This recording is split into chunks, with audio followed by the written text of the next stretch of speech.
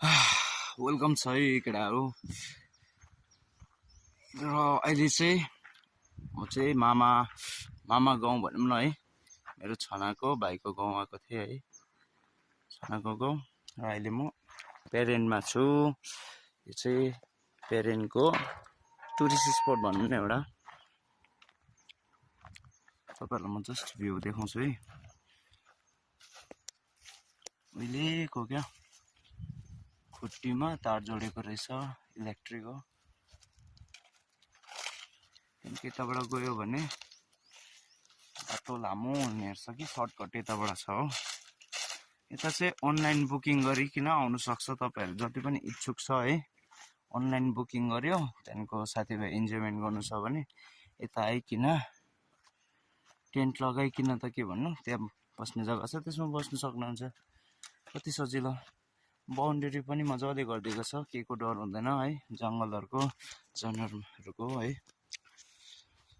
जङ्गलको यता पिङ पनि रहेछ। त्यहाँदेखिको यो फल चाहिँ सुगर पेसेन्ट त्यस्तोहरूले खान्छ अरे हो।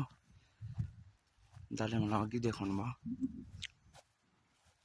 यस्तो हुँदो रहेछ। वर्षमा एकपल्ट फल्छ अरे।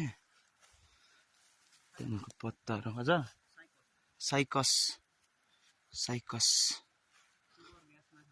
हजुर सुगर ग्यासमा खान्छ अरे है। यो एकदम औषधि, नेचुरल। हेर्दा पनि कति मजाको बोट दा। यो ठुलो हुँदैन यहाँदेखिको यत्रै पत्ताहरू, यो हाइट हजुर दामी रहेछ। जग्गा चाहिँ फेरि घुम्न आउला जस्तो छ क्या। साथीभाइहरूलाई लिइकन आउँछु, आयो भने आमाहरूलाई बोल्दा हुन्छ। दाको नाम चाहिँ